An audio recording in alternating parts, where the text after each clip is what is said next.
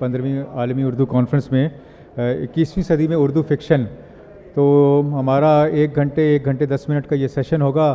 تو بلا تاخیر اس کو ہم شروع کرتے ہیں. ہمارے ساتھ اس وقت مجلس صدارت پر زاہدہ حنا صاحبہ ہیں, اور ہمارے مہمان جو ہیں جیسے جیسے ان کو بات چیت کا موقع ملے گا اس کے ساتھ ان کا تعارف بھی کرایا جاتا رہے گا, اور بیچ میں بھی گفتگو شنید انشاءاللہ ہو سکے گی. ہمارے ساتھ موجود ہیں فرحت پروین صاحبہ, تو وہ ہمیں داستان سے افسانے تک کے بارے میں کچھ گفتگو کریں گی یا مقالہ ہمیں پڑھ کے سنائیں گی. فرحت پروین صاحبہ.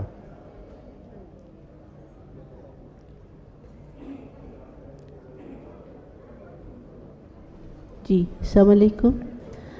یہ موضوع بہت طویل تھا, میں لے تو بیٹھی اور جب میں نے ریسرچ کی میرا دماغ خراب ہو گیا, لیکن بیچ میں سے نا تھوڑا میں نے مختصر سے بتا رہی ہوں.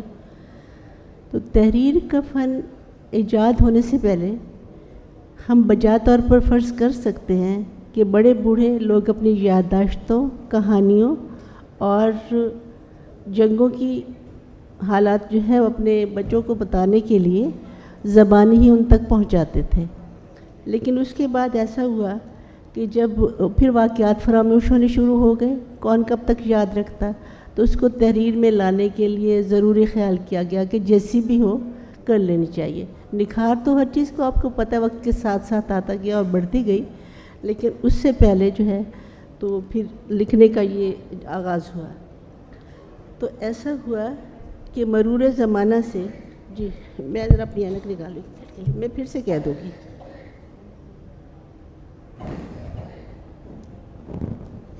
اچھا, حاضرین میں سے ہر ایک کے پاس تقریباً 10 منٹ ہوں گے, تو اگر آپ اس سے زیادہ لیں گے تو آپ کسی دوسرے کے وقت میں داخل ہو رہے ہوں گے, تو میری گزارش یہ ہے کہ 10 منٹ. اچھا, اس لیے پھر میں وہی تھوڑا ہی سنا دیتی ہوں اور باقی پھر کبھی آپس میں بیٹھ کے بات کر لیں گے. جی جی.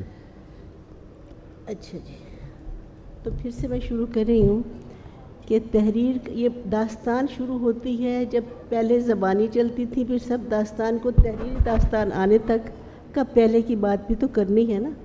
تو تحریر کا فن ایجاد ہونے سے قبل ہم بجا طور پر فرض کر سکتے ہیں کہ بڑے بوڑھے لوگ اپنی یادداشتوں, کہانیوں اور جنگوں کے وقائع اپنے بچوں اور نوجوانوں کو بتانے کے لیے زبانی طور پر یاد رکھتے ہوں گے. لیکن مرور زمانہ سے جب واقعات پر فراموشی کی گرد پڑتی گئی یا کچھ لوگ اپنی افتاد طبع کے زیر اثر رنگ آمیزی کا عنصر شامل کرتے ہوں گے, سو اس طرح داستان گوئی نے جنم لیا, اور داستان کو مزید مؤثر بنانے کے لیے شعر کا سہارا لیا گیا, اور شعری آہنگ, وزن اور لے کی وجہ سے اسے یاد کرنا آسان ہو گیا اور بیان کرنا آسان ہو گیا. قدیم ترین تحریری ریکارڈ میسوپوٹیمیا, موجودہ عراق, مصری اہرام کے علاقے میں 3200 اور 3400 قبل مسیح کے لگ بھگ کا عرصہ کا ملتا ہے, جو مٹی کی تختیوں پر لکھا جاتا تھا اور اس کے بعد ان کو پکا کر محفوظ کر لیتے تھے. آج ہمارے پاس قدیم ترین رزمیہ داستان گلگامش ہے, جو 1300 اور 2500 قبل مسیح کے لگ بھگ مٹی کی تختیوں پر لکھی گئی اور جن کو آگ میں پکا کر محفوظ کیا گیا ہے, جن کی چند تختیاں آثار قدیمہ کی کھدائی سے ملی ہیں. گلگامش کا رزمیہ داستان کا آغاز سومیری بادشاہ گلگامش کے بارے میں 5 نظموں سے ہوتا ہے. سومیری ورقہ موجودہ عراق کا بادشاہ تھا. ویسے تو میں نے داستان کے آغاز پر مکمل ریسرچ کی ہے, مگر مجھے داستان کی تاریخ نہیں بتانی, کیونکہ میرا موضوع ہے کہ ہم داستان سے افسانے تک کیسے پہنچے. اور یہ بات مسلمہ ہے کہ مختلف مذہبی صحائف میں کئی ایسے حوالے جیسے باغ عدن اور طوفان نوح وغیرہ جس کا ذکر گلگامش میں آتا ہے, اور اس کی خبر اردو دنیا کو سر سید کے ترجمے سے بھی. زبانی روایات پر مبنی کہانیوں کو وشنو شرما نے پنچ تنتر کے نام سے مرتب کیا. یہ کہانیاں بچوں کے لیے نہایت دلچسپی کی حامل تھیں. ان میں جانوروں, پرندوں اور درختوں کو بولتا دکھایا گیا تھا, اور جن سے آخر میں کوئی نہ کوئی سبق آموز نتیجہ برآمد ہوتا ہے. پنچ تنتر کی کہانیاں 50 سے زائد ہندوستانی اور یورپی زبانوں میں موجود ہیں, جن کا بعد میں ادب پر لامحالہ اثر پڑا. عربی اور فارسی کی الف لیلا و لیلا، شاہنامہ فردوسی، داستان امیر حمزہ، ہزار داستان، طلسم ہوشربا زبان و بیان کی تربیت اور وسعت خیال کی بنیاد بنے۔ پنڈت رتن ناتھ سرشار کے فسانہ آزاد کو کوئی کیسے بھول سکتا ہے، جو اودھ اخبار میں کس طرح لکھا جاتا رہا۔ مرور زمانہ اور تیز تر زندگی کے تقاضوں پر پورا اترنے کے لیے لوگوں کو طویل کہانیاں پڑھنے اور سننے کا یارہ نہ رہا، تو مختصر کہانیوں اور افسانوں نے جنم لیا۔ مختصر افسانہ آج کل بہت مقبول ہے، لیکن اس کے لیے اس بات کو دھیان رکھنے کی بہت ضرورت ہے کہ اس میں ایمائیت اور افسانویت کنسپٹ کا موجود ہونا بہت ضروری ہے، ورنہ افسانہ محض ایک نثر پارہ بن کر رہ جائے گا۔ اور آج کل زیادہ تر لوگوں کو جو نئے لکھنے والے ہیں وہ یہی ہے کہ مختصر افسانہ، جو افسانہ نہیں ہوتا، جس میں کوئی بات نہیں ہوتی۔ جیسے میں نے سنا ان کا جیسے پروگرام سنا ہے، تو میں کہوں انہوں نے بہت اچھا پروگرام سنایا آج، اور بس یہ افسانہ ہے، یہ کوئی بات تو نہیں ہے۔ تو اس لیے اس میں بہت گنجائش ہے آگے بڑھنے کی، کام کرنے کی۔ تو پھر میں داستان گو چونکہ ہوں، اس لیے میں نے اسی لیے یہ لیا کہ یہ اس سے داستان سے قصہ گوئی تک، قصہ گوئی سے افسانے تک، اور میں تینوں چیزیں لکھتی ہوں، لیکن افسانے سب سے زیادہ اس میں کہا بھی جا سکتا سب کچھ۔ تو زمانہ تو آگے بڑھتا رہتی، چیزوں کی شکلیں بھی بدلتی رہتی ہیں، اس میں چیزوں میں اضافہ بھی ہوتا رہتا ہے، اس میں سے کمی بھی ہوتی رہتی ہے، تو یہ کام تو چلتا رہتا ہے۔ اصل میں ایک بار گھر بھول آئی ہوں۔ جی بہت شکریہ فرحت پروین صاحبہ، ہمیں داستان سے افسانے تک جو ایک طویل سفر ہے اس کی مختصر رودات سنا رہی تھی۔ یہ اردو فکشن کی ایک تخصیص بھی ہے کہ اردو میں جو فکشن پہلے سے موجود تھا، ناول یا افسانے جو کہ مغربی اصناف ہیں، ان کی آمد سے پہلے وہ داستانوں کی صورت میں تھا، اور اس سے اخذ و استفادہ شروع میں تو کم تھا، لیکن اب جیسے جیسے ان کی شعریات دریافت ہو رہی ہیں تو اس سے اخذ و استفادہ لگتا ہے کہ بڑھتا جائے گا۔ ہمارے ساتھ موجود ہیں اختر رضا سلیمی صاحب، انہوں نے وہ شاعری سے آغاز کیا، لیکن اس کے بعد 2 زبردست ناول انہوں نے لکھے جنہوں نے تہلکہ مچا دیا اور ان کو انعامات بھی ملے، اور اب وہ ایک اہم ناول نگار کی حیثیت سے بھی جانے جاتے ہیں، اور ہم ان کے تیسرے ناول کے بھی منتظر ہیں۔ تو اختر رضا سلیمی صاحب ہمیں 21ویں صدی کے اردو ناول کے اسلوب اور تکنیک کے تجربات کے حوالے سے ہمیں کچھ بتائیں گے۔ جی اختر رضا سلیمی صاحب۔ بہت شکریہ صاحب صدر کی اجازت سے۔ ایک مختصر سی تحریر ہے جس کا دیے گئے موضوع سے تعلق ہے بھی اور نہیں بھی۔ 2-4 برس پہلے کی بات ہے، ایک صاحب میرے دفتر تشریف لائے اور انہوں نے آتے ہی مجھ پر یہ کہہ کر حملہ کر دیا کہ حیاتی اعتبار سے جندر ناول نہیں ناولٹ ہے۔ میں نے عرض کیا آپ نے بجا فرمایا، آپ اسے ناولٹ ہی سمجھ کر پڑھ لیجئے۔ فرمانے لگے میں نے پڑھ رکھا ہے، لیکن یہ بتائیے آپ نے اسے ناول کیوں قرار دیا؟ میں نے جان چھڑانے کے لیے کہہ دیا کہ پبلشر نے غلطی سے اس پر ناول لکھ دیا ہے، آئندہ احتیاط کروں گا۔ یہ سنتے ہی ان کے چہرے پر ایک فاتحانہ مسکراہٹ نمودار ہوئی اور مجھے محبت سے ڈانٹتے ہوئے کہا کہ اتنا اچھا ناولٹ لکھنے والے سے اس بے احتیاطی کی توقع نہیں تھی۔ میں نے ان سے پھر پبلشر کی غلطی پر معذرت چاہی اور ایک طالب علمانہ سوال کیا کہ آپ کے نزدیک ایک ناولٹ اور ناول میں حد فاصل کیا ہے؟ میرے سوال کو ٹالتے ہوئے فرمانے لگے کہ میں نے اس موضوع پر PhD کر رکھی ہے، میرا یہ مقالہ شائع ہو چکا ہے، میں آپ کو وہ کتاب بھجواؤں گا، میں نے اس حوالے سے اس میں مفصل گفتگو کر رکھی ہے، اور ہاں اس پر ایک مضبوط دیباچہ بھی لکھا ہے، وہ خاصے کی چیز ہے، آپ ضرور پڑھیے گا۔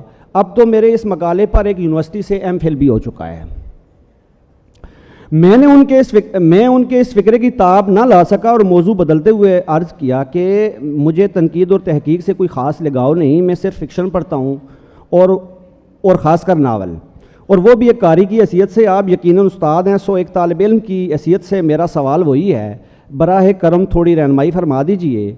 میرے اس طالب علمانہ اصرار پر انہوں نے باری برکم اصطلاحات میں مجھے ایک طویل لیکچر دیا جس کی تان اس بات پر ٹوٹی کہ اتنی ضخامت ہو تو افسانہ، اتنی ضخامت ہو تو طویل مختصر افسانہ، اتنی طوالت ہو تو ناولٹ، اور اتنی ہو اس سے زائد ہو تو ناول۔ میں نے عرض کیا کہ گیبریل گارشیا مارکیز کا ایک ناول ایک پیش گفتہ موت کی روداد بمشکل 80 صفحے کا ہے، اس کا ایک اور ناول کرنل کو کوئی خط نہیں لکھتا، اس سے بھی کہیں کم ضخامت کا ہے، اور مارکیز کا اصرار ہے کہ یہ دونوں ناول ہیں. اب آپ بتائیے کہ میں آپ کی مانوں یا مارکیز کی. انہوں نے خشمگی نگاہوں سے میری طرف دیکھا اور کہا اس کا فیصلہ تخلیقار نہیں محقق اور نقاد کرتا ہے. دلیل یہ دی کہ اقبال نے رباعیات کے نام پر جو قطعات لکھے ہیں اسے اردو کے کسی بھی نقاد اور محقق نے تسلیم نہیں کیا، سو وہ آج بھی قطعات ہیں، رباعی ہرگز نہیں. سو میرے پاس خاموشی کے سوا کوئی چارہ نہیں تھا. خواتین و حضرات، ہمارا آج کا موضوع ہے 21ویں صدی کے اردو ناول میں تکنیک و اسلوب کے تجربے. اور یہ غلطی سے یا یوں کہیے کہ اتفاق سے ایک ایسے شخص کو دے دیا گیا ہے جسے اپنے ناول کو ناول کہنے پر بھی اصرار نہیں.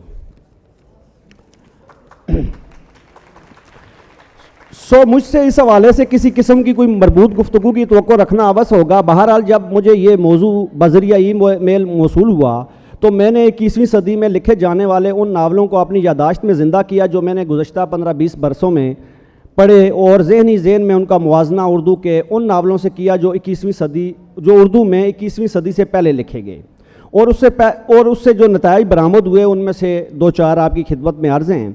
میری رائے میں 21ویں صدی کے ناول نگاروں نے نہ صرف یہ کہ نقادوں کی باتوں پر کان نہیں دھرے اور ان کی طرف سے پیش کیے گئے ناول کے اجزائے ترکیبی سے انحراف کیا، بلکہ ان مخصوص ہیتوں اور اسالیب کو برتنے سے بھی گریز کیا جن پر اردو ناول اپنے آغاز سے 20ویں صدی کی آخری دہائی تک چلتا آیا ہے. یہی وجہ ہے کہ گزشتہ 20 برسوں کے دوران اردو ناول کی تکنیک اور اسالیب میں جتنا تنوع آیا ہے وہ اس سے پہلے اردو ناول کی 130 سالہ تاریخ میں دیکھنے کو نہیں ملتا. یہاں اس صدی کے ناول نگاروں کا اپنے پیشروؤں سے موازنہ مقصود نہیں، لیکن یہ ایک حقیقت ہے کہ گزشتہ 20-22 برسوں میں جو اچھے ناول لکھے گئے ہیں، اور اچھے ناولوں سے مراد اچھے ناول، وہ ہر حوالے سے نہ صرف اردو ناول کی روایت سے مختلف ہیں بلکہ تکنیک کے حوالے سے بڑی حد تک روایت شکن بھی ہیں. شاید اس کی وجہ یہ ہے کہ ان ناول نگاروں نے اگر ایک طرف تکنیک اور اسلوب کے حوالے سے اپنے پیش رو ناول نگاروں سے اخذ و استفادہ کیا ہے، تو دوسری طرف انہوں نے دنیا بھر کے ناول نگاروں، خاص کر لاطینی امریکی ناول نگاروں سے بھی خوشہ چینی کرنے میں کسی جھجک کا مظاہرہ نہیں کیا.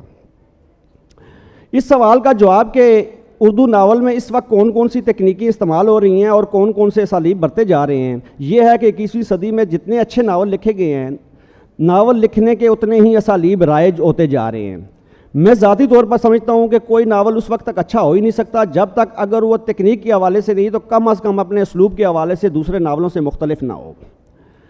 ٹی ایس ایلیٹ نے کہا تھا کہ جب کسی زبان میں کوئی بڑا فن پارہ وجود میں آتا ہے تو وہ اس فہرست میں رد و بدل کر دیتا ہے جو اس سے پہلے اس زبان میں ترتیب پا چکی ہوتی ہے. اگر ہم اس معیار پر 21ویں صدی میں تخلیق ہونے والے ناولوں کو پرکھیں تو زیادہ نہیں تو کم از کم 3 ناول ایسے ضرور ہیں جنہوں نے اس فہرست کو واضح طور پر بدلا ہے. مثال کے طور پر اب اگر کوئی اردو کے 10 بڑے ناولوں کی فہرست مرتب کی جائے تو اس میں کوئی بھی شخص کئی چاند تھے سر آسماں، خس و خاشاک زمانے اور غلام باغ کو نظر انداز نہیں کر پائے گا. میں مختصر کرتا ہوں. ظاہر ہے یہ اردو ناول کے ایک طالب علم کی رائے ہے. نقاد حضرات اس سے اختلاف کرنے کا حق رکھتے ہیں، لیکن مسئلہ یہ ہے کہ ان باتوں سے اختلاف کرنے کے لیے ہم اردو ناول کا نقاد لائیں گے کہاں سے؟ جو نقاد دستیاب ہیں وہ تو محض اپنے علم کا ذائقہ بدلنے کے لیے ناول کی تنقید کی طرف آتے ہیں. ایک آدھ کو چھوڑ کر اس وقت اردو میں کوئی بھی ایسا نقاد موجود نہیں جسے ہم ناول کا نقاد کہہ سکیں، یعنی ایک ایسا نقاد جس کی شہرت صرف اور صرف ناول کے نقاد کے طور پر ہو. اس کے برعکس ہم غزل، نظم اور افسانے کے نقاد بآسانی نشان زد کر سکتے ہیں. میں مزید مختصر کرتا ہوں، آخری پیرے پہ چاہتا ہوں کیونکہ وقت کم ہے. جی ہیں، اچھا چل ٹھیک ہے. اس کی وجہ جو میری سمجھ میں آتی ہے وہ یہ ہے کہ ناول ہمارے ہاں صرف ادبی ذوق رکھنے والے قائرین پڑھتے ہیں. محققین اور نقاد حضرات نے اپنے آپ کو غزل، نظم اور افسانے تک محدود کر رکھا ہے کہ HEC کے مقرر کردہ قواعد و ضوابط کے تحت تحقیقی مقالہ لکھنے کے لیے کسی شعری یا افسانوی مجموعے کی دیگ سے ایک عد غزل یا افسانہ چکھ کر اس پر دھواں دار مقالہ لکھنا قدرے آسان ہے، جبکہ ناول کی دیگ نہ صرف پوری کی پوری معدے میں اتارنی پڑتی ہے بلکہ اسے ہضم کرنا بھی ضروری ہے، ورنہ پیٹ خراب ہونے کا خدشہ ہر وقت منڈلاتا رہتا ہے. بورخیز سے ایک مرتبہ مارکیز کے ناولوں کے معیار کے بارے میں پوچھا گیا تو انہوں نے جواب دیا، آپ کو پتہ ہے کہ میری بینائی بہت کمزور ہے اور میرے لیے اتنی طویل تحریریں پڑھنا بہت مشکل ہے. ہمارے معاصر نقادوں کی اکثریت چونکہ جامعات سے وابستہ ہے، اور آپ کو پتہ ہے کہ بندہ اس وقت تک پروفیسر لگتا ہی نہیں جب تک اسے چشمہ نہ لگے، اس لیے ان سے یہ توقع رکھنا کہ وہ اتنی لمبی تحریریں پڑھے اور ان کے ذریعے ناول نگار کے ذہن کی پیچیدگی تک پہنچنے کی کوشش کریں اور یہ جاننے کی کوشش کریں کہ فلاں ناول لکھتے ہوئے جب ناول نگار کا تخلیقی عمل متحرک تھا تو اس کا ذہن کس نوع کے تجربات سے گزر رہا تھا، اور یہ کہ اس نے فلاں ناول لکھتے ہوئے فلاں تکنیک ہی کیوں استعمال کی، یا یہ کہ اس کے اسلوب کے اجزائے ترکیبی کیا ہیں، اتنی ہی بیکار بات ہے جتنا کہ مجھ ایسے ایک قاری سے HEC کے قواعد و ضوابط کے مطابق کوئی تکنیکی مقالہ لکھنے کی توقع رکھنا۔ جب توقع ہی اٹھ گئی غالب، کیوں کسی کا گلہ کرے کوئی۔ بہت شکریہ۔ اچھا، اختر رضا سلیمی صاحب کو جو موضوع دیا گیا تھا تو ان کا مقالہ بھی اسی تکنیکی دلچسپی کا حامل تھا۔ جو انہوں نے بات کی اردو فکشن میں تکنیک کے تجربات کے حوالے سے، اس پر ہماری کوشش ہوگی کہ مزید گفتگو کا سلسلہ بھی آگے بڑھایا جائے۔ ہمارے ساتھ محمد حفیظ خان صاحب موجود ہیں جو کہ اردو میں بھی لکھتے ہیں، سرائکی میں بھی لکھتے ہیں، اور دونوں زبانوں میں ان کا جو ہے اشہب قلم ہے وہ بڑا تیز رفتار ہے۔ تو اردو میں ان کے ناول آ چکے ہیں، سرائکی میں بھی آ چکے ہیں، اور اس کے علاوہ بھی ان کے تحقیقی کام بھی ان کا موجود ہے، جیسے کافی پر انہوں نے کام کیا ہے۔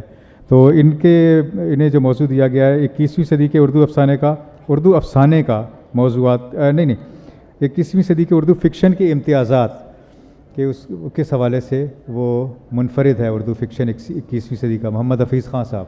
بہت شکریہ کاشف صاحب۔ احمد شاہ صاحب کے اس جہان تعیر سے تمام خواتین و حضرات کو میرا سلام پہنچے۔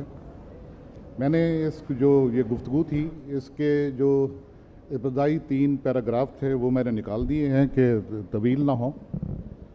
میں براہ راست 21ویں صدی پہ آتا ہوں، بات کرتا ہوں۔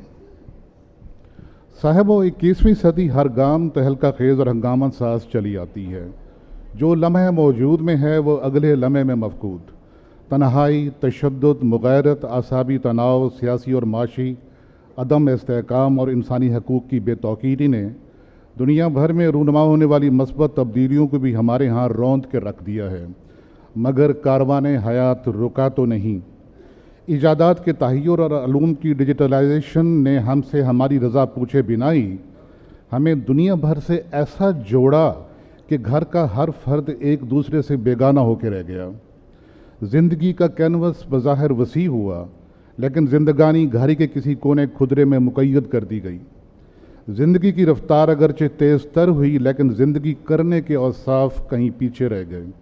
ایسے میں تاریخ، تہذیب اور ثقافت سے جڑت نے 21ویں صدی کے فکشن نگار کی نہ صرف تخلیقی رہنمائی کی، بلکہ برگشت و بدگماں کاری تک رسائی کے وسیلوں پر بھی دسترس عطا کی۔ یہاں تہذیبی ناسٹیلجیا اور عالمی منظرنامے کے پس منظر میں خود کو تلاشنے کا شعور ہمارے فکشن میں در آیا تو متن، حیت، اسلوب اور تکنیک میں نئے جہانوں اور نئے امکانات کی راہ سجائی دی۔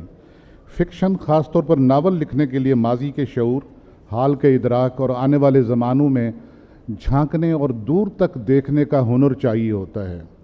فکشن میں اگر افسانہ جزو ہے تو ناول اس کا کل۔ ناول لکھنا زندگی کے انفرادی اور اجتماعی تعامل کی مونو ٹریک نہیں بلکہ ملٹی ٹریک تفہیم ہے۔ یہی سبب ہے کہ جب زندگی کا گریباں تنگ ہوا تو سانس لینے کی سہولت کے واسطے فطری طور پر فکشن کے تخلیقی دستور میں ناول کا مقام پھر سے متعین ہوا، جو افسانے کے مقابل زندگی کی برتر اور مفصل تہذیبی، سیاسی اور سماجی دستاویز ہے۔ اپنے آپ سے بیگانگی کے عالم میں آج اگر اردو ادب کے قاری نے ناول کو بیسٹ سیلر صنف ادب بنا دیا ہے تو متذکرہ پس منظر میں کچھ ایسا عجب نہیں۔ 21ویں صدی کا آغاز عالمی سطح پر 9/11 سے ہوا تو ٹوئن ٹاور کا ملبہ ہمارے گلی کوچوں میں آن گرا۔ افغانستان میں اگر تورا بورا ہوا تو کریا کریا ہمارا لہو لہو ہوا۔ حال غیر یقینی اور عدم تحفظ کا شکار ہوا تو برین ڈرین کا تناسب بڑھ گیا۔ دانش کی ہجرت کا خلا ہم نے جہالت سے پر کرنے کی کوشش کی تو طے در طے تفرقہ اور طبق در طبق تشدد بڑھتا چلا گیا۔ ایسے میں اردو فکشن بالخصوص ناول میں موضوعات کی نئی جہتیں کھلیں، نئی صف بندیاں ہوئیں، رد مقامیت کے بعد مقامیت ترجیح ہوئی، جغرافیائی حدود مؤثر نہ رہیں تو معاشرتی چلن میں چیلنج بڑھتے چلے گئے۔ آج کے عہد کے تناظر میں تہذیبی اور تاریخی ورثے کی بازیافت فکشن کا سب سے بڑا چیلنج ٹھہرا۔ روایات کی شکست و ریخت اور شخصی بیگانگی کے دوران زندگی کے اجزاء میں فلسفہ ڈھونڈنے کی بجائے زندگی خود ایک فلسفے کے طور پر تخلیق کار کے سامنے تھی۔ اسی لیے کسی بہت بڑے فلسفے کی بنیاد پر لکھے جانے والے فکشن کی بجائے اس فکشن کی طرح ڈالی گئی جو زندگی کو عصر حاضر کے تقاضوں کے مطابق اس طرح مصور کرے کہ اس کی ہراسانی کی گتھیاں سلجھ سکیں۔ اس کے واسطے کہیں تاریخ و تہذیب سے مدد لی گئی اور کہیں بصارت اور سماعت کے سامنے وقوع پذیر ہوتے واقعات سے اور کہیں ان سوالات سے کہ جن کے سبب گلوبل معاشرت خطرات سے دوچار ہے۔ ان 22 برسوں میں لکھا جانے والا فکشن آج کے انسان کا باطنی رزمیہ ہے کہ جس میں خود کو الگ سے شناخت کرنے اور اپنے اوپر مسلط کر دیے گئے عذابوں کے انبوہ میں اپنے آپ کو تلاش کرنے کا ہنر پنہاں ہے۔ آج کا فکشن زندگی کو اس کے اصلی تناظر میں دیکھنے، پرکھنے اور سمجھنے کی صحیح ہے۔ یہ تناظر پاکستانی اکائیوں کے لسانی، ثقافتی، تہذیبی اور تاریخی ورثے میں گندا ہوا ہے۔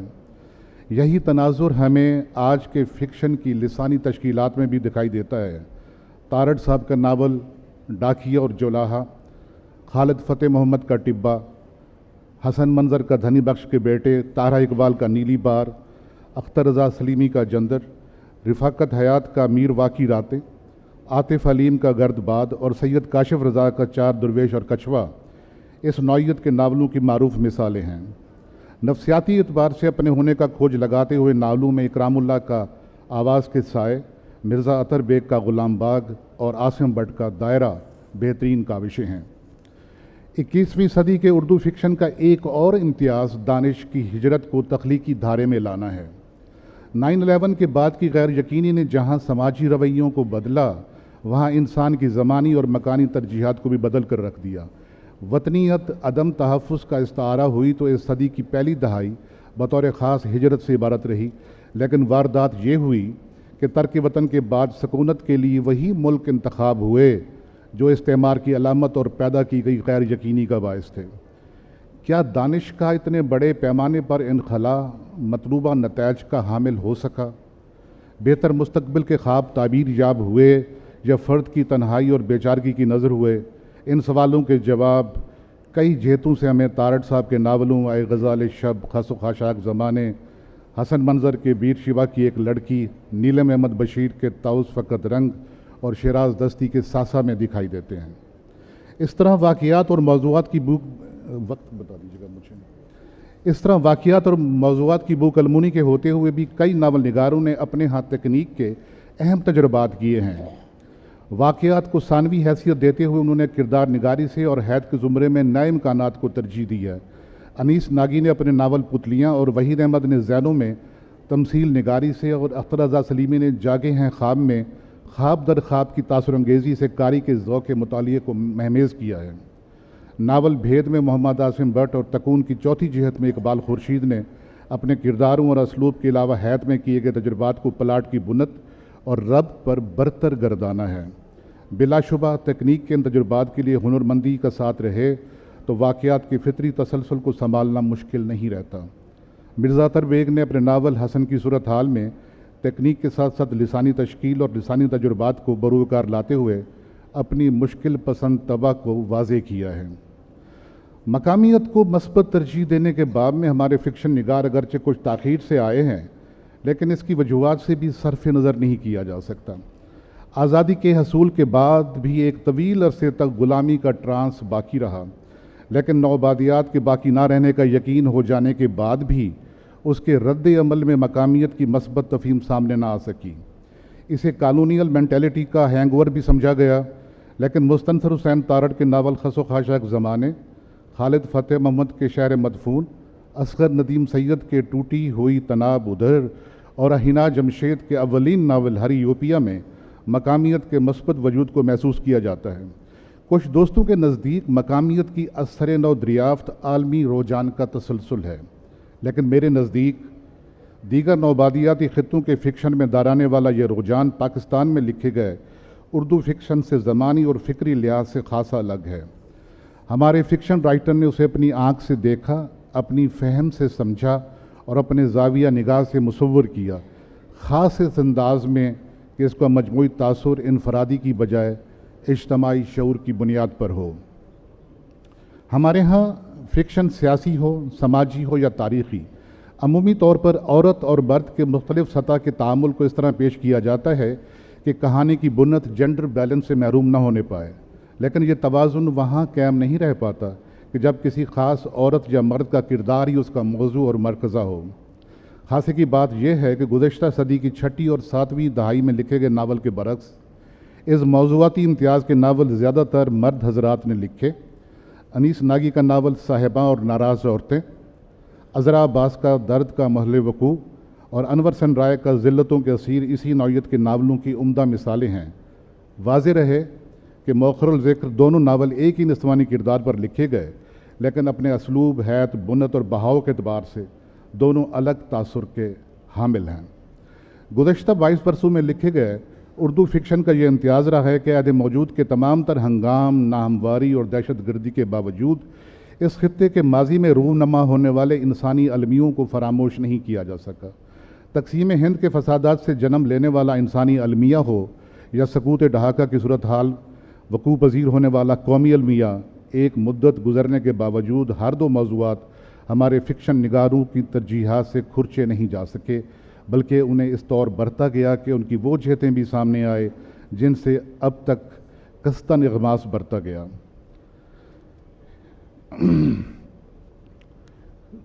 خالدہ حسین کا کاغذی گھاٹ، خالد فتح محمد کا خلیج اور محمد حمید شہد کا مٹی آدم کھاتی ہے، ان کو اسی تناظر میں دیکھا جا سکتا ہے۔ ہمارے اطراف میں رونما ہونے والے سانحات میں فلسطین اور افغانستان بھی ایسے موضوعات رہے ہیں جنہوں نے ہمارے فکشن نگار کو تخلیقی اور شعوری سطح پر متاثر کیا ہے۔ حسن منظر نے اگر اپنے ناول حبس اور سلمہ عوان نے لہو رنگ فلسطین میں فلسطین کی جد و جہد آزادی کو سامنے رکھا ہے، تو تارڑ صاحب نے قلعہ جنگی، انیس ناگی نے 313 بریگیڈ اور زیب سید نے گل امینہ میں افغان عوام کے استعمار کے جبر کے خلاف گزشتہ 40 برس سے جاری مزاحمت کی آفاقی جہتیں آشکار کی ہیں۔ 21ویں صدی جہاں سائنسی ایجادات کی بدولت سہولتوں اور آسانیوں کی صدی کہی جا سکتی ہے، وہاں فطرت کے معاملات میں غیر فطری در اندازی نے بنی نوع انسان کے لیے اس کی بقا سے منسلک مسائل بھی پیدا کرنے شروع کر دیے ہیں، جن میں سر فہرست ماحول کو 2-4 خطرات ہیں۔ خالد فتح محمد نے اپنے ناول کوہ گراں اور آمنہ مفتی نے پانی مر رہا ہے میں پانی کی بڑھتی ہوئی کمیابی کو موضوع بنایا ہے۔ اسی طرح ہماری زندگی میں بڑھتی ہوئی ڈیجیٹلائزیشن اور انفارمیشن ٹیکنالوجی کے تسلط کو مرزا ظفر بیگ نے 0 سے 1 تک میں سمویا ہے۔ اب آخری پیراگراف، کم و بیش یہی امتیازات ان 22 برسوں میں ہمارے افسانوں کا جھومر رہے ہیں۔ نئے آنے والے افسانہ نگاروں میں سے فارحہ ارشد، عثمان عالم، انجلا ہمیش، اسرار شاکر، فیصل زرغام اور آدم شیر نے اپنے موضوعات، کرافٹ، کہانی کہنے کے ہنر اور علامت کے برمحل اور بامانی استعمال سے اپنے قاری کو متاثر کیا ہے۔ 21ویں صدی کے ناول اور افسانے کا تقابل چاہیے تو ہمارے دوست مبین مرزا کے الفاظ میں یہی کام افسانے میں اس کے اسکیل کے حساب سے ہوا ہے اور ناول میں اس کے سکوپ کے مطابق۔ اگرچہ ہمارا افسانہ آج بھی اس بحث کی زد میں ہے کہ یہ علامتی ہے، تلمیحاتی ہے یا استعاراتی، لیکن کچھ طے نہیں ہو پا رہا۔ کچھ ناقدین کے خیال میں ہمارا فکشن عظیم تخلیقی تجربے سے محروم ہے، لیکن میرے نزدیک اس رائے کا قائم کرنا قبل از وقت ہے۔ بدلے ہوئے منظرنامے اور ابلاغی یلغار کے اس عصر میں کسی تخلیق کے عظیم ہونے یا نہ ہونے کا تعین کیا جانا سمری ٹرائل سے ممکن نہیں۔ یہ فیصلہ وقت کو کرنے دیجیے، وہی منصف ہے۔ اگرچہ کلام کا وقت گزر چکا، پھر بھی اسے جملہ معترضہ کہہ لیتے ہیں کہ میں نے ناول اور افسانے کے باب میں اپنا نام باوجہ شرمندگی نہیں بلکہ باسبب تہذیبی انکسار نہیں لیا۔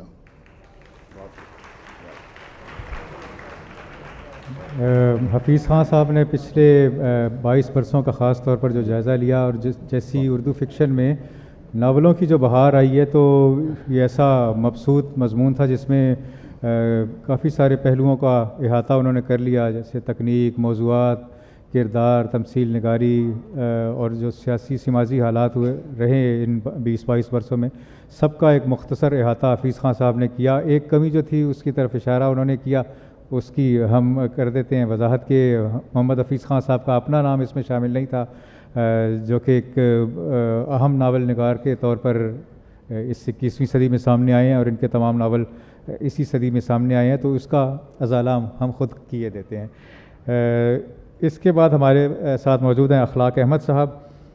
تو ہم 21ویں صدی میں جیسے کہ ہم بتا رہے ہیں کہ اردو ناول کی ریسرجنس ایک قسم کی ہوئی ہے. جیسے افسانے کو زیادہ اعتبار حاصل تھا 20ویں صدی میں، تو 21ویں صدی میں ناول زیادہ لکھے گئے ہیں، لیکن افسانے پر توجہ کچھ کم نظر آ رہی ہے. تو اخلاق احمد صاحب کو جو موضوع دیا گیا ہے 21ویں صدی کے اردو افسانے کا موضوعاتی تنوع، تو وہ خود بھی بہت اچھے افسانہ نگار ہیں، ان کی افسانوں کی کتابیں آ چکی ہیں، اور اس کے ساتھ ساتھ ہمارے لیے ایک بطور ایک گائیڈ بھی اخلاق احمد صاحب ہمارے لیے بہت محترم ہیں. تو ان سے گزارش ہے کہ اردو افسانے سے متعلق یہ بات کریں کہ اس میں موضوعاتی تنوع کیسا انہوں نے پایا، خاص طور پر 21ویں صدی میں. اخلاق احمد صاحب. کہنے کو یہ عنوان جو 21ویں صدی کے اردو افسانے کا موضوعاتی تنوع بظاہر اس بھاری پتھر جیسا لگتا ہے جس کے بارے میں میر صاحب نے کہا تھا کہ کب یہ اس ناتواں سے اٹھتا ہے، لیکن پھر احساس ہوتا ہے کہ 21ویں صدی تو ابھی شروع ہوئی ہے، سو ہو سکتا ہے کہ اس تنوع کا جائزہ لینا اتنا مشکل نہ ہو. اردو کے افسانہ نگار کے لیے موضوعاتی تنوع کا مطلب ہے کوئی نئی دنیا تلاش کرنا، یکسر نئے منظر دیکھنا اور دکھانا، ایک ایسی راہ کا رخ کرنا جس پر کوئی نہ گیا ہو. عام حالات میں یہ ایک بے حد مشکل کام ہوتا ہے، بلکہ سمجھیے تقریباً ناممکن. شعر و ادب سے وابستہ لوگ خوب جانتے ہیں کہ سب زمینیں پامال ہو چکی ہیں، سب ترکیبیں باندھی جا چکی ہیں، سب کہانیاں لکھی جا چکی ہیں. ایسے میں بیچارہ موضوعاتی تنوع بے بسی سے کھڑا ہمارا منہ دیکھتا ہے کہ زندگی میں تنوع پیدا ہو تو کچھ کیا جائے. اس کے باوجود حیرت انگیز بات یہ ہے کہ نئی صدی کے افسانوں میں موضوعاتی تنوع کہیں نہ کہیں دکھائی دینے لگا ہے. یہ تنوع بہت نمایاں تو نہیں ہے، یعنی اتنا نمایاں نہیں ہے کہ موضوعات کے دھارے کا رخ بدلتا نظر آئے، مگر اتنا واضح ضرور ہے کہ آسانی سے نظر آ جائے. اسی موضوعاتی تنوع کے نتیجے میں افسانہ نگاروں کے پاس زاویہ نظر میں بھی تھوڑی سی تبدیلی نظر آ رہی ہے. یعنی یہ کہ آج کا افسانہ نگار ترقی کی چکا چوند کے پیچھے تہذیبی زوال کی تاریکی کو ذرا زیادہ غور سے دیکھ رہا ہے. وہ نئی ٹیکنالوجی کی جادوگری کے پس منظر میں پوشیدہ بے حس مشینوں کی حکمرانی اور سرمایہ داروں کی بڑھتی ہوئی طاقت کو بھی جان رہا ہے، اور ہجوم میں خود کو اکیلا محسوس کرنے والے ہر شخص اور ہمہ وقت اپنی تنہائی سے نبردآزما ہونے والے ہر فرد کے دل کا حال جاننے لینے کو بھی اہمیت دے رہا ہے. یوں دیکھیے تو لگتا ہے کہ 21ویں صدی کا اردو افسانہ نگار ایک بالکل نئی صورتحال سے دوچار ہے، ایک ایسی صورتحال سے جس کا سامنا پچھلی صدی کے افسانہ نگاروں نے نہیں کیا. وہ ایک ایسی دنیا کا نظارہ کر رہا ہے جو بالکل غیر متوقع تبدیلیوں کے سامنے بے بس دکھائی دیتی ہے. کبھی کبھی لگتا ہے یہ دنیا نہیں ہے، کوئی مریض ہے جسے ہر کچھ دن کے بعد ایک نیا مرض لاحق ہو جاتا ہے. ابھی پچھلے مرض کا علاج مکمل نہیں ہوتا کہ ایک نئی بیماری کی علامات سر اٹھانے لگتی ہیں. ڈاکٹر ہیں کہ تشخیص کے جھمیلوں میں الجھے ہوئے ہیں، بے یقینی ہے کہ پرت در پرت نئے مناظر کھولتی جا رہی ہے، اور مریض ہے کہ واویلا کیے جا رہا ہے. 21ویں صدی میں سامنے آنے والے افسانوں کے موضوعاتی تنوع کا جائزہ لینے کے لیے ظاہر ہے کہ ہمیں گزشتہ 21-22 سالوں پر نظر ڈالنی ہوگی، یہ دیکھنے کے لیے کہ ان دو اشروں میں ایسا کیا ہوا جس سے زندگی تبدیل ہوئی ہو اور نئے موضوعات نے جنم لیا ہو. واقعات کی ایک چھوٹی سی فہرست ہے، پہلے اس پر نظر ڈال لیتے ہیں.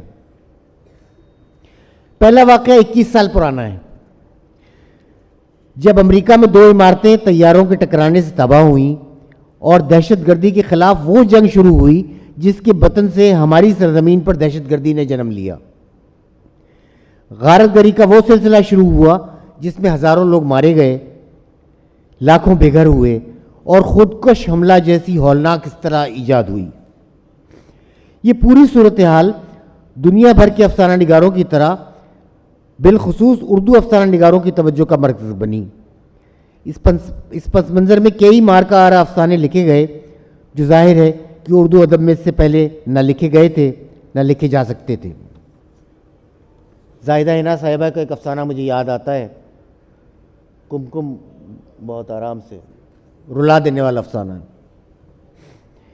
اسی طرح رواں صدی میں ایک اور عجیب و غریب واقعہ پیش آیا۔ 3 سال پہلے یعنی 2019 میں یہی دن تھے جب دنیا میں کووڈ-19 نامی بلا نے جنم لیا، جسے ہم اور آپ کورونا کے نام سے جانتے ہیں۔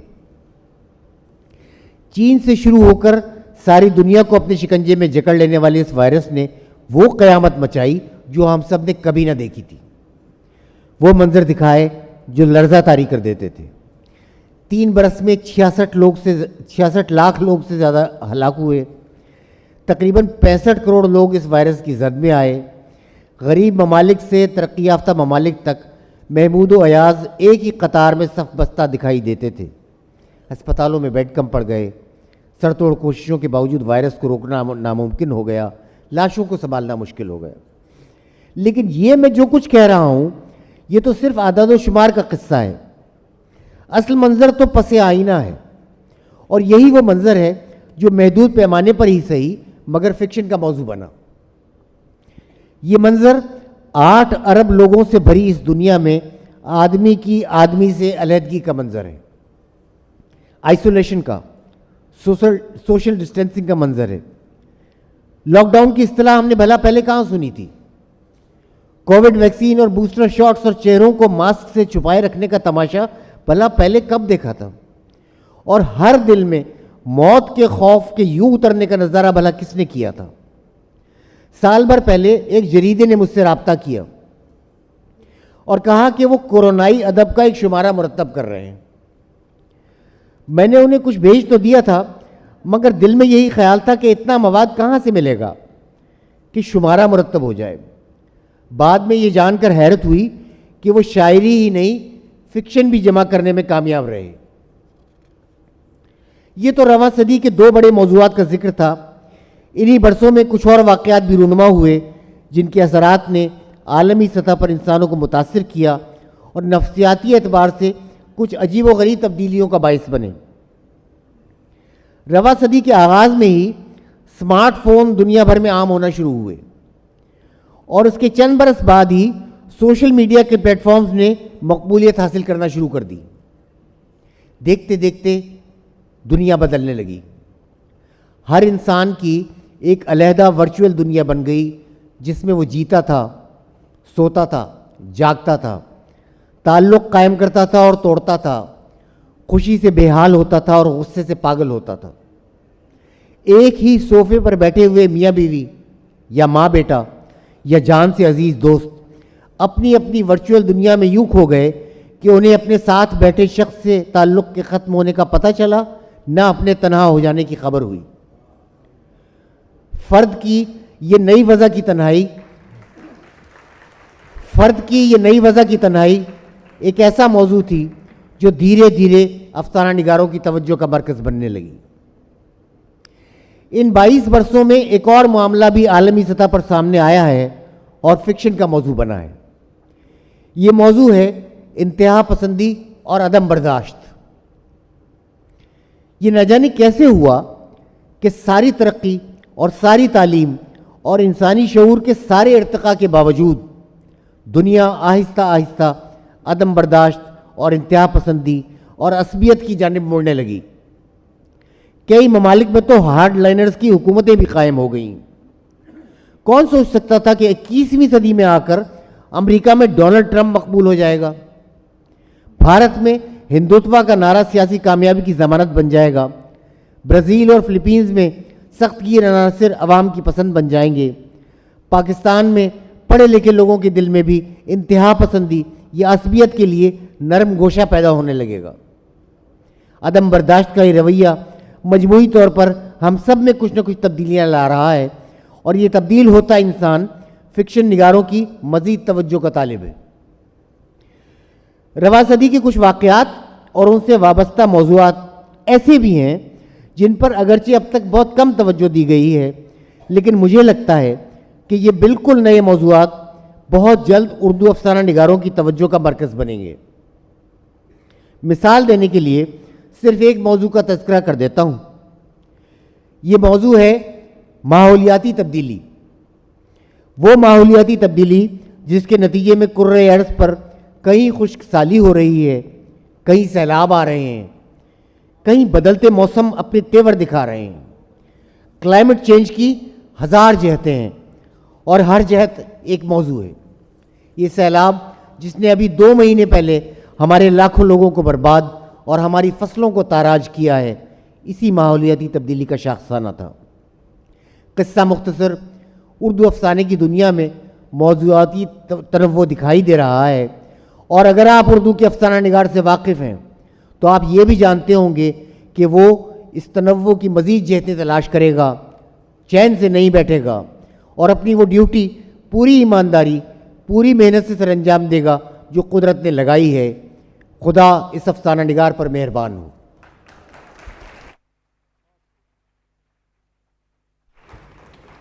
اخلاق احمد صاحب بہت شکریہ۔ اخلاق احمد صاحب نے جن خاص واقعات کی طرف توجہ دلائی، تو ان کی ریڈنگ کے لیے ضروری ہے کہ ایک درست قسم کا سیاسی شعور، درست قسم کا سیاسی اور سماجی شعور بھی ہو، تاکہ یہ جو واقعات کی اہم واقعات انہوں نے بتائے ان کے اندر افسانہ نگار، ہمارا فکشن نگار جھانک سکے۔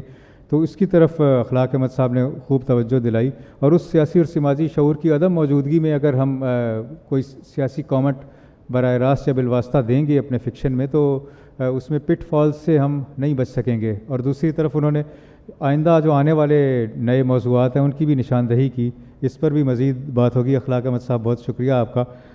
محمد حمید شاہد صاحب ہمارے ساتھ موجود ہیں، ان سے مسلسل استفادے کا ہمیں موقع ملتا ہے۔ حمید شاہد صاحب افسانہ نگار ہیں، ناول نگار ہیں، نقاد ہیں، اور ان کے افسانوں کی کلیات، افسانوں کی کلیات حیرت کا باغ کے نام سے سامنے آ چکی ہے، اور یہ ہمارے ادب میں ایک انسٹیگیٹر کا بھی ان کا رول ہے، اور جو کہ آپ ان کی گفتگو میں بھی محسوس کر سکیں گے کہ یہ ادب میں اور خاص طور پر فکشن میں نئی بحثیں شروع کرانے میں ان کا بہت اہم کردار رہا ہے، اور ان کی گفتگوؤں سے بھی نئی بحثیں چھڑتی ہیں۔ حمید شاہد صاحب کو آج جو موضوع دیا گیا ہے وہ جنرل موضوع ہے، 21ویں صدی کا افسانہ، جس کے اوپر اخلاق صاحب نے موضوعاتی حوالے سے کچھ بات کی۔ محمد حمید شاہد صاحب بہت شکریہ کاشف آپ کا۔ اس پہ حفیظ خان نے بھی بات کی، اسی پہ یعنی ان کی مقالے کا آخری حصہ تھا، اور اخلاق احمد نے بہت اچھی گفتگو کی۔ میں نہیں سمجھتا کہ میں کوئی زیادہ اضافہ کر سکوں گا اس موضوع پہ۔ میں نے پہلے بھی لکھا، طویل لکھا، لیکن اب میں نے یہ کوشش کیا کہ اختصار سے 2-4 باتیں یہاں عرض کر دوں۔ تو 21ویں صدی کا 22واں سال اپنے انجام کو پہنچ رہا ہے۔ ان 21-22 برسوں میں دنیا ویسی نہیں رہی جیسی گزشتہ صدی میں تھی۔ تاہم اردو افسانے کے لیے تو اس صدی کے پڑھنے سے 21-22 سال پہلے بدلنے کا آغاز ہو چکا تھا۔ اردو افسانہ ناقدین کا پسندیدہ موضوع ہو جانے والی علامت نگاری اور تجرید کے فیشن زدہ تجربات کو ایک طرف رکھ کر اس قاری کی طرف متوجہ ہو گیا تھا جو 60 اور 70 کی دہائی میں کہیں اور کھسک لیا تھا۔ اردو افسانے نے اپنی جون بدلی تو اس کا قاری پھر سے اس کی طرف متوجہ ہوا۔ خیر، نئے افسانہ نگار کے لیے وہ کٹھن برس تھے۔ اپنے تخلیقی عمل کے ساتھ اخلاص سے جڑ کر اور کسی بھی نظریاتی جتھے بندی کا حصہ ہوئے اور نعرہ لگائے بغیر اپنی شناخت بنانا اور نئے افسانے کے خال و خط روشن کرنا اس نے وتیرہ کیا تو کہانی جیسے اپنے پڑھنے والوں سے مکالمہ کرنے لگی تھی۔ جس افسانے کی میں بات کر رہا ہوں اس نے منٹو بیدی اور غلام عباس کے کہانی کہنے کے قرینے کو علامتی یا تجدیدی افسانے کا دم بھرنے والوں کی طرح رد نہیں کیا تھا، اور نہ ہی جدید افسانے کی حقیقی باطنی پیچداری کو جھاڑ جھٹک کر پرے پھینکا تھا۔ ان برسوں کے لکھنے والوں نے کچھ ایسا جادو کیا کہ کہانی کا خارج سالم ہوا اور سالم ہوا اور رواں دواں ہوا۔ جملے محض ماجرا کہنے کو سادہ اور اتھلے نہ رہے تھے، وہ تہدار ہوئے اور مربوط ہو گئے، اور کہانیاں بھی مجرد ذات کی ناقابل شناخت لاشیں نہ رہیں، ان میں رواں زندگی اور اثر کی توانائی روح بن کر دوڑنے لگی تھی۔ 21ویں صدی کے افسانہ نگار کے سامنے لگ بھگ صدی بھر کے اردو افسانے کا سفر تھا۔ یہ نسل رومانویت اور جذباتیت کے سیر سے نکل چکی تھی اور روایتی فارمولہ کہانی سے متوجہ نہ کرتی تھی، جس میں معاشرتی اخلاقیات کی بنیاد سادہ فکری کے متشکل ہونے والے اچھے اور برے کرداروں پر رکھی جاتی تھی۔ وہ ترقی پسند افسانہ بھی اس نسل کے سامنے تھا جو خارجی تقاضوں کے تحت اور زندگی کو ادھورا اور یکسطی بنا دیتا تھا۔ تاہم اس کا یہ روشن پہلو بھی کہ یہی افسانہ سماجی سطح پر زندگی کو معنویت سے خالی ہونے سے بچاتا تھا۔ کہانی میں علامتوں کی چیپیاں لگانے کے بجائے پورے افسانے کو علامت بنا لینے سے کہانی کیسے بھید و بھری ہو جاتی تھی، اس کا تجربہ 7ویں دہائی کے بعد اس کے سامنے تھا، اور نیا افسانہ نگار جان چکا تھا کہ تخلیقی عمل نام ہی اس کا ہے کہ آپ مربوط متنی سطح کے اندر اور باہر علامتوں کے کتنے دیے روشن کر پاتے ہیں اور اس معنیاتی نظام کو کس قدر متحرک کرتے ہیں جس میں معلوم صداقت پر نامعلوم صداقت کے دریچے واہ ہوتے چلے جاتے ہیں۔ 20ویں صدی کے اواخر اور 21ویں صدی کے 21-22 برسوں کے جس افسانے کی میں بات کر رہا ہوں، اسے ہمارے کچھ ناقدین نے مابعد جدید افسانے کا نام دیا ہے۔ میں بھی اپنی سہولت کے لیے اسے مابعد جدید افسانہ کہہ لیتا ہوں، حالانکہ جانتا ہوں کہ یہاں ان معنوں میں جدیدیت آئی نہ مابعد جدیدیت جہاں سے ہم نے ان اصطلاحات کو لیا تھا، اور ہاں یہ بھی تو ہے کہ اس دورانیے میں لکھنے والے اپنے اپنے مزاج کے مطابق اور تخلیقی تقاضوں کے تحت لکھتے رہے ہیں، کسی تحریک کے زیر اثر نہیں۔ یہی سبب ہے کہ یہ ایک ہی مزاج کے افسانے نہیں ہیں کہ انہیں کسی ایک عنوان کی ذیل میں لپیٹ لیا جائے۔ میں نے آغاز میں کہا تھا کہ نئی صدی کے 22 برسوں میں دنیا ویسی نہیں رہی جیسی گزشتہ صدی میں تھی، تو اس کا سبب یہ ہے کہ گزشتہ صدی میں اگر 2 عالمی جنگوں نے دنیا بھر کے لوگوں کی فکر و نظر کو اکھاڑا پچھاڑا تھا، تو بعد ازاں لکھنے والوں کے ہاں تبدیل شدہ رویوں کی صورت متن ہو رہی تھی۔ تو 21ویں صدی کے پہلے ہی سال یعنی 2001 میں 9/11 کا المناک واقعہ ہوا، ایک ایسا واقعہ ہے جس نے پوری دنیا کو پھر سے ہلا کر رکھ دیا تھا اور نیو یارک کے بلند ترین جڑواں عمارتوں میں دہشت گردوں نے اغوا کردہ طیارے جھونک کر دنیا کو 2 حصوں میں تقسیم کر دیا تھا۔ 5 دن گزرنے کے بعد بھی جب عملہ آوروں کا کوئی سراغ نہ ملا تو امریکہ بہادر یعنی منٹو والے چچا سام نے اسامہ بن لادن اور القاعدہ کو حملے کا ذمہ دار قرار دے کر افغانستان پر دھاوا بولنے کا فیصلہ کر لیا تھا۔ یہیں سے اس تہذیبی تصادم اور دہشت گردی کے خلاف جنگ کا روپ دے لیا گیا۔ پاکستان پتھر کے دور میں دھکیلے جانے کی خبر دھمکی سن کر فرنٹ لائن اسٹیٹ بن گیا، اور افغانستان اور امریکہ کی جنگ دہشت گردی اور خودکش دھماکے ہو کر یہاں کے گلی کوچوں میں لہو بہانے لگی۔ مذہبی شدت پسندی بڑھتی چلی گئی اور پورے سماج میں ایک واضح تفریق نظر آنے لگی۔ اس سماجی دباؤ میں زبان و بیان کے تیور بدلے تو ہمارے ہاں کا تخلیق کار اس سب کو فکشن کا حصہ بنانے کے لیے قلم تھام کر بیٹھ گیا تھا۔ 21ویں صدی کا افسانہ نگار وہ نہیں ہے جو افسانہ لکھنے کے لیے وقت گزرنے اور واقعات کے پرانے ہونے کا انتظار کرتا، یہ بجا کہ فاصلہ ایک دھند بنا کر متن میں بھید ڈال دیا کرتا ہے، مگر محض اس پر انحصار سہل پسندی کے سوا کچھ نہیں ہے۔ تاہم یہ بھی تسلیم کیا جانا چاہیے کہ ادب کا معاملہ محض سامنے کی حقیقت سے نہیں ہوتا، وہ اس کے عقب میں موجود بھید بھنور تک پہنچتا ہے۔ اس صدی کے افسانہ نگار کے سامنے کی شفاف حقیقت کو متن کے اندر لسانی اور تکنیکی سطح پر کچھ ایسا کرنا تھا کہ اس کے عقب میں موجود بھید بولنے لگیں اور متن کے اندر سے تخلیقیت کسی رنگ پچکاری کی طرح پھوٹ نکلے، اور یہ ہنر اس نے سیکھ لیا تھا۔ یوں بدلی ہوئی حیثیت نئے افسانے کا متن ہونے لگی۔ میں نے اپنی ایک تحریر میں آسٹریلین فکشن نگار خاتون الفریڈی جیلنک کا ذکر کیا تھا، جی وہی جو 2004 میں سویڈش اکیڈمی کے ادب کے نوبل پرائز کا اعزاز ہوا، تو اس چھان پھٹک کے بعد اس کا اعزاز ہوا تھا کہ اس کی تحریروں سے کوئی سیاسی معنی برآمد نہیں ہوتے، لیکن ہوا یہ کہ اس اعلان کے بعد جیلنک کا ایک کھیل بامبی لینڈ انگریزی میں ترجمہ ہو کر پڑھنے والوں کے ہاتھوں میں پہنچ گیا، جس میں عراق پر حملہ آور امریکہ کے شفاف چہرے کو سے نقاب نوچا گیا تھا۔ وہ چہرہ جو دنیا بھر نے ابو غریب جیل کے واقعات سامنے آنے کے بعد دیکھا تھا، فلوجہ میں فوجیوں کی کٹی پھٹی لاشوں بھی جیلنک کی اس تخلیق میں جھلک دے گئی تھیں۔ جیلنک نے اس موقع پر کہا تھا کہ لکھتے ہوئے ہمیشہ میری یہ کوشش ہوتی ہے کہ میں کمزور کا ساتھ دوں، طاقتور کی حمایت ادب کا منصب نہیں ہے۔ دہشت کے موسم میں اردو کہانی کا چلن بھی یہی رہا ہے کہ وہ کمزور کے ساتھ کھڑی ہو گئی۔ مجھے یاد ہے انہی دنوں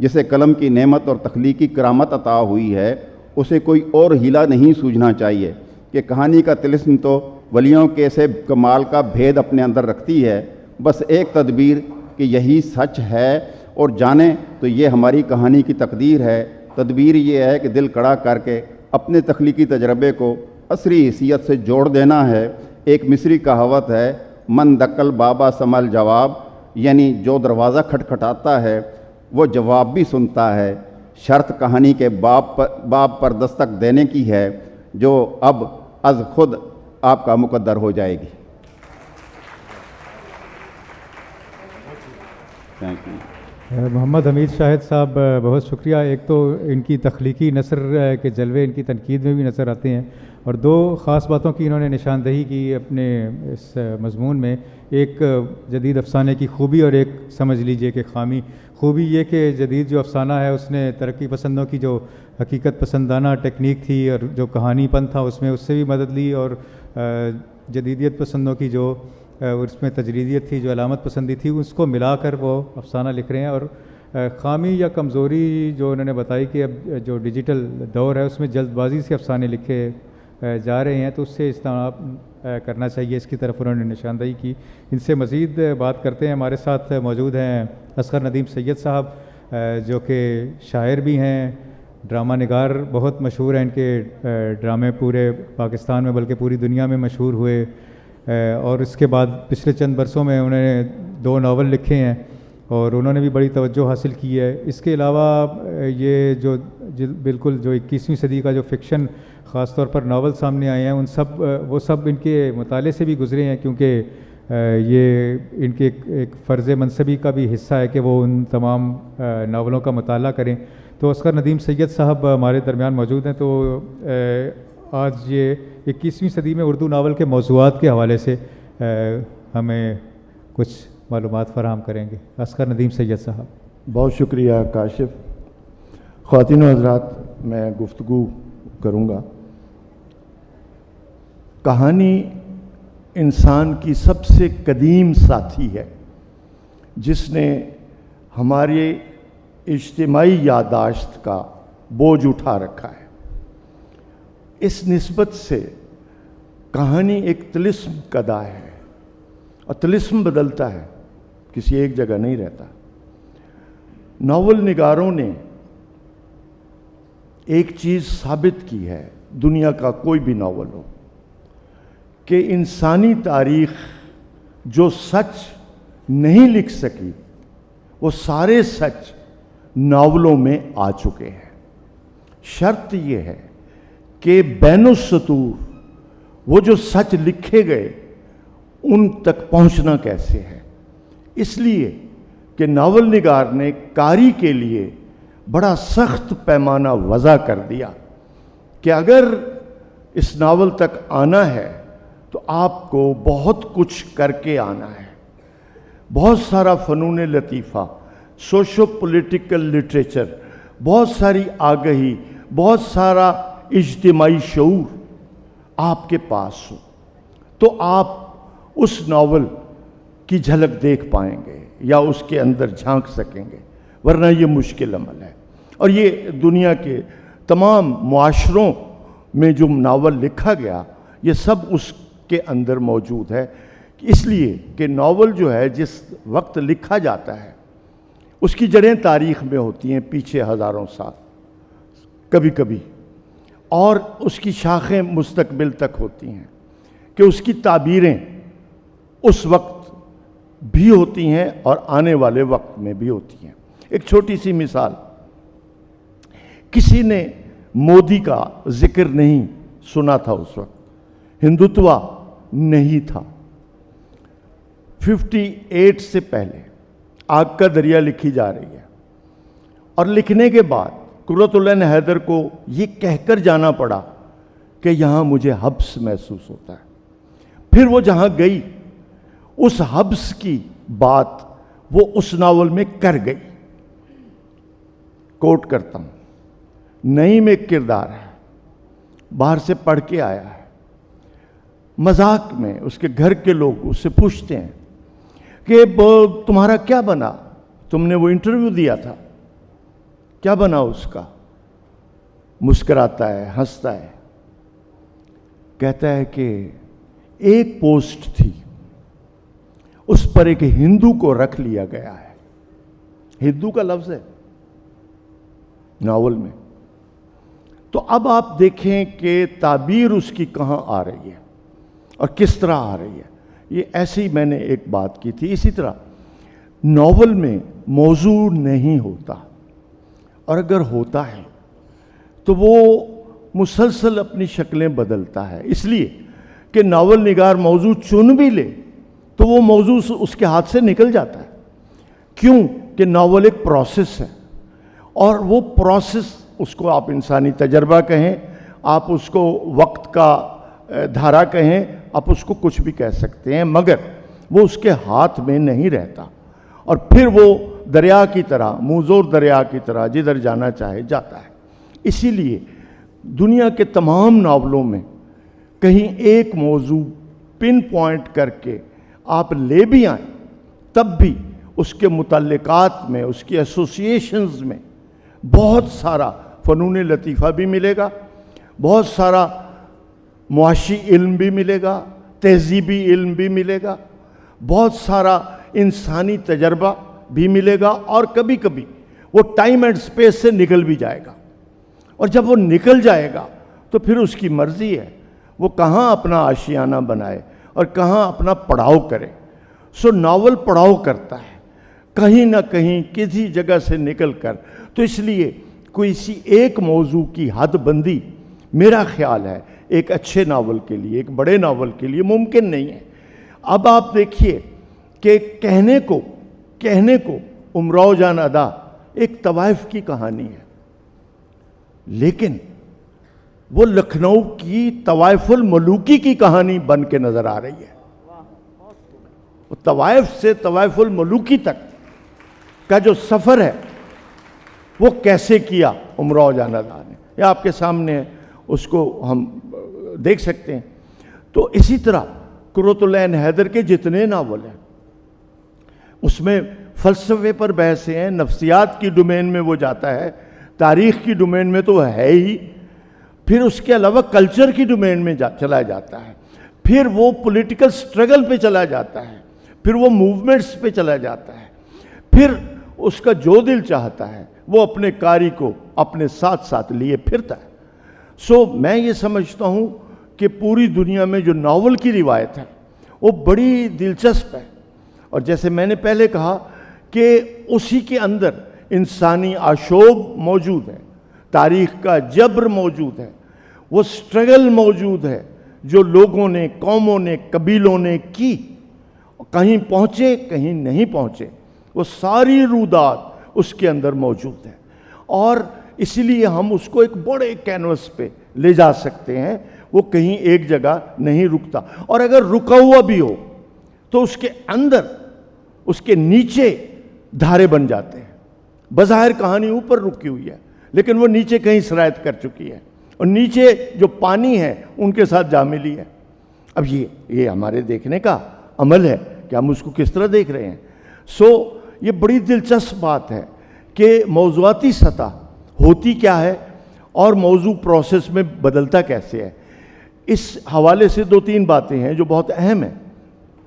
ایک تو یہ ہے کہ پوری انسانی تاریخ جب آئی اس ناول میں تو ناولوں پر جو فلمیں اڈیپٹ ہوئیں وہ اس لیے ہوئیں کہ وہ ریلیشن شپ پیدا کرنا چاہتی تھیں اپنے دیکھنے والے سے ہر ٹائم میں.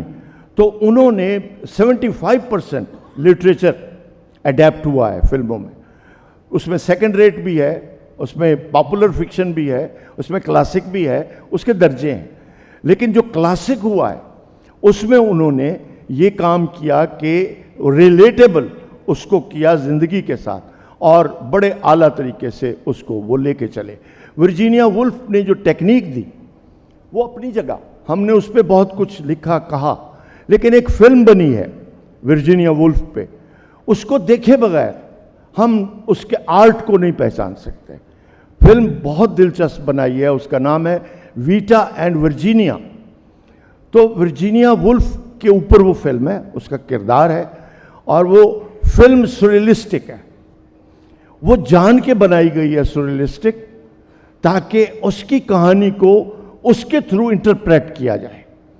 تو اپنے وقت کی یہ بہت بڑی فلم بنائی گئی۔ بہرحال کہنا میں یہ چاہتا ہوں کہ موضوعات کی تفہیم مشکل ہے، کہ کسی بھی ناول کو ڈیسائفر کریں اگر آپ تو بہت کچھ لانا پڑے گا، بہت کچھ اوپر لانا پڑے گا، وہ کہیں ایک جگہ کہانی رکی ہوئی نہیں ہوتی۔ تو ان معنوں میں ہم دیکھتے ہیں کہ یہ جو پورا سفر اب تک آیا ہے، آپ نے 9/11 کو گن لیا، آپ اس سے آگے آ گئے، آپ نفسیات پہ آ گئے، فلسفے پہ آ گئے، تاریخ پہ آ گئے، سب اپنی جگہ، لیکن اصل چیز لکھنے والا ہے، جس کے ہاں 3 چیزوں کی تخلیقی وحدت ہے، ایک موضوع، ایک سٹائل اور ایک ٹیکنیک۔ ان 3 چیزوں کی تخلیقی وحدت کے بغیر وہ پروسیس نہیں ہو سکتا۔ تو ناول از اے پروسیس، اور اس کے اندر بہت سارے ایسے بٹوین دا لائنز ہائرارکی ہے، جس ہائرارکی کو بیان نہیں کیا جا سکتا، کیونکہ وہ ہر آن بدلتی ہے، کبھی کہیں جاتی ہے، کبھی کہیں جاتی ہے، اور پھر وہ اپنا ایک میننگ بناتی ہے۔ تو میں سمجھتا ہوں کہ کسی ایک موضوع کی تلاش لا حاصل ہے، موضوعات کا طلسم ہے جو کسی نہ کسی طرح ریفلیکٹ ہو رہا ہے، اور 200 سال سے 300 سال سے جو ناول آ رہا ہے، اس نے اپنے زمانے میں جو سچائی تھی اس کو تو لکھا، لیکن آنے والے زمانوں کی ساری تعبیریں اس کے اندر دیکھی جا سکتی ہیں۔ بہت شکریہ۔ بہت شکریہ اصغر ندیم سید صاحب۔ ان کا عنوان تھا اردو ناول کے موضوعات، لیکن اصغر ندیم سید صاحب نے ہمیں بتایا کہ ناول میں کوئی ایک موضوع نہیں ہوتا، بلکہ موضوعات کا ایک طلسم کدا ہوتا ہے، اور اسی وجہ سے ناول عصر حاضر کی نمائندہ ترین صنف ہے، اور اب فلم بھی اس کا مقابلہ کر رہی ہے، جس میں جو ایک زندگی کی نمائندگی کرتا ہے، ایک ایسی صنف ہے جو پوری زندگی کی ساری ٹوٹیلٹی کی نمائندگی کرتا ہے۔ ہمارے ساتھ ہمارے صاحب صدارت زاہدہ حنا صاحبہ تشریف رکھتی ہیں۔ زاہدہ حنا صاحبہ افسانہ نگار ہیں، اور ناولٹ بھی انہوں نے لکھی ہیں، لیکن میرے لیے اور آپ سب کے لیے بھی ان کی زیادہ اس سے بڑی اہمیت یہ ہے کہ یہ ہماری سمت نما بھی ہیں، اور جو منصب اور جو مقام فیض صاحب کو، صدق حسن صاحب کو، اقبال احمد صاحب کو ان کی زندگی میں حاصل تھا، میرا خیال ہے کہ میرے لیے تو زاہدہ حنا صاحبہ کا وہ مقام اور مرتبہ ہے کہ یہ اگر آپ کو درست رسائی چاہیے سماجی اور سیاسی شعور تک، تو زاہدہ حنا صاحبہ کی جو تحریریں ہیں وہ اس سلسلے میں بہت ہماری معاون ثابت ہو سکتی ہیں۔ تو زاہدہ حنا صاحبہ، پہلے تو آج جو گفتگو ہوئی اس کے بارے میں آپ اس کو سم اپ کر سکیں یا اس کے بارے میں کوئی کامنٹ کر سکیں تو بتائیے۔ بہت بہت شکریہ کاشف، اور آپ سب خواتین و حضرات جو یہاں بیٹھے ہیں، تشریف لائے ہیں، اور جنہوں نے اتنی اچھی گفتگو سنی ہے۔ حالانکہ یہ بڑا بانجھ موضوع تھا، معاف کیجیے گا مجھے کہتے ہوئے، کہ 21ویں صدی میں کیا ہوگا، یہ ذرا مجھے کھٹکا تھا جب میں نے اس کو پڑھا اور دیکھا تھا، اور میں یہ سوچ رہی تھی کہ اگر 1905 میں جب سلطانہ کا خواب لکھا گیا، رقیہ سخاوت حسین نے لکھا، انگریزی میں لکھا، وہ پھر اردو میں اور بنگلہ میں اور ہندی میں اور دیگر تمام زبانوں میں ترجمہ ہوا، تو اس وقت اگر کوئی احمد شاہ ہوتا اور وہ یہ کہتا کہ جی بتائیے کہ 1905 میں یہ کہتا کہ 20ویں صدی میں افسانہ کیا ہوگا یا ناول کیا ہوگا، تو وہ ذرا مشکل میں ڈال دیتا لکھنے والوں کو۔ لیکن میرا خیال ہے کہ لکھنے والے کسی مشکل میں نہیں پڑے، انہوں نے تو ایسی غندیں لگائی ہیں کہ حیران ہو جائیں آپ۔ اب مثال کے طور پر یوں تو بہت اچھی باتیں ہوئیں، فصیح صاحب نے کیں، اور ہمارے اختر سلیمی نے کیں، ہمارے اخلاق احمد نے کیں، اور یہ بیٹھے ہوئے ہیں حمید شاہد صاحب اور حمید شاہد اور حفیظ خان ہمارے- صاحب. ہاں حفیظ صاحب، اور ابھی یہ جو بیٹھے ہوئے ہیں ہمارے دوست حفیظ خان. ندیم سید صاحب. تو انہوں نے بڑی اچھی باتیں کی اور بڑی جسے کہنا چاہیے کہ نکتے پہ کی ہیں. یعنی یہ نہیں کیا انہوں نے کہ باتوں کو بہت الجھایا ہو یا بہت زیادہ تفصیل میں گئے ہوں، لیکن انہوں نے بہت عمدہ ان لوگوں نے باتیں کی اور بہت اختصار سے کی. اور اختصار میں وہ والی بات تھی کہ دریا کو کوزے میں سمیٹ لیا. اب مثال کے طور پر یوں تو خیر بہت سی کہانیاں ہیں، لیکن مجھے ابھی خیال آیا ندیم سید کا کہ ان کی ایک کتاب مجھے ابھی چند مہینوں پہلے ملی اور اس کا نام تھا کہانی مجھے ملی. خیر وہ آئی تو چونکہ اصغر سے اور کہانی سے اور ان کے پورے گھرانے سے میرا ایک دلی تعلق ہے، تو میں نے فوراً پڑھی. اور جس طرح انہوں نے ایک سانحے کو، جو ہمارا سماجی سانحہ تھا، اخلاقی سانحہ تھا، اس کو جس طرح انہوں نے کہانی میں سمیٹا ہے، تو اس کے لیے ان کو داد ملنی چاہیے. اور یہ ہے کہ اصغر میں نے اس میں اور بھی جو کہانیاں لکھی ہیں، یہ شاہد حمید لکھتے ہیں، یہ اخلاق لکھتے ہیں، اختر سلیمی لکھتے ہیں، تو ان سب لوگوں نے کہانی کو جس طرح برتا ہے اور جس طرح کھولا ہے، اس کو پرت پرت کر کے، تو وہ داد دینے والی بات ہے. اور میں دیکھتی ہوں کہ یہ لوگ کس سلیقے سے اور کس جسے کہنا چاہیے کہ خوش دلی سے نہایت تلخ و تیکھے موضوعات پر لکھتے ہیں اور آگے لے کے جاتے ہیں موضوعات کو. اور ہم نے یہ پورا جو ہمارا 20ویں صدی کا سلسلہ ہے اور جو گزرا ہے، اس میں ہم نے دیکھا کہ کہانی چلی تھی اور اس کے بعد ہم یہ سمجھ رہے تھے کہ ہم اٹک کے رہ جائیں گے ترقی پسند تحریک کے بارے میں، لیکن ایسا نہیں ہوا. ترقی پسند تحریک تو چل رہی تھی اور اس کے داو پیچ جو تھے اور اس کے جو منصب تھے وہ بڑے زبردست تھے، اور اس کو ہم بیان کر رہے تھے اور پڑھ رہے تھے. لیکن اس کے بعد جب کہانی نے اور کہانیکاروں نے جست لگائی ہے، تو یہ جو پورا 20 برس گزرے ہیں آخری 20ویں صدی کے، اس میں دہشت گردی پر کیسی کیسی کہانیاں نہیں لکھی گئیں. خالدہ حسین نے کیا نہیں لکھا اور کس طرح نہیں لکھا. بہت خوبصورت کہانیاں خالدہ حسین نے لکھیں. اپنے جانے سے پہلے قرۃ العین حیدر نے لکھیں، ہماری اختر جمال نے لکھی. تو اس کے علاوہ ایک ہماری بہت اہم لکھنے والی جن کا نام ذرا کم لیا جاتا ہے، مجھے ابھی ان کا نام یاد آ جائے گا، کہ انہوں نے کیسی اچھی کہانیاں لکھی ہیں یہ دہشت گردی پر، گم ہو جانے پر. اور مسئلہ یہ ہے کہ ایک ہی گھر کے 2 بیٹے کس طرح ایک لکیر کے ایک طرف کھڑا ہے اور دوسرا دوسری طرف کھڑا ہے. تو یہ وہ معاملات ہیں جو ہماری زندگی کے، ہمارے گھر کے معاملات ہیں. ان تمام معاملات کو ان لوگوں نے لکھا اور بہت اچھا لکھا، اور کسی کو بھی یہ نہیں ہوا کہ انہوں نے کوئی زیادتی کی ہے یا کمی کی ہے یا اپنا جو معافی الضمیر ہے اسے اس طرح نہیں بیان کیا ہے.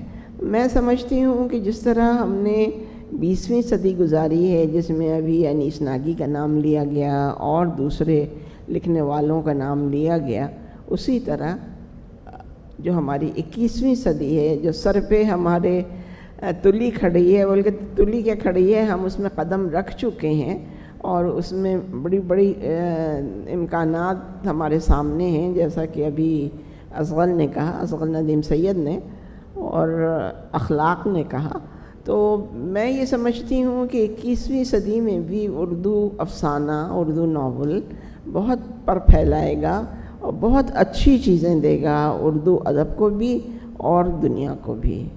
بہت شکریہ آپ لوگوں کا۔ یہ سیشن ختم ہوتا ہے۔ ہم نے اس سیشن کی ابتدا میں ہم نے طے کیا تھا کہ اس سیشن کو ہم عمران اسلم صاحب کے نام ڈیڈیکیٹ کریں گے۔ وہ تھیٹر بھی جو ہے وہ ادب کی ایک اہم صنف ہے اور فکشن سے قریب بھی ہے، اس کی ایک نمایاں شخصیت ہے، تو ہم نے یہ سوچا تھا کہ یہ سیشن ان کے نام کریں گے۔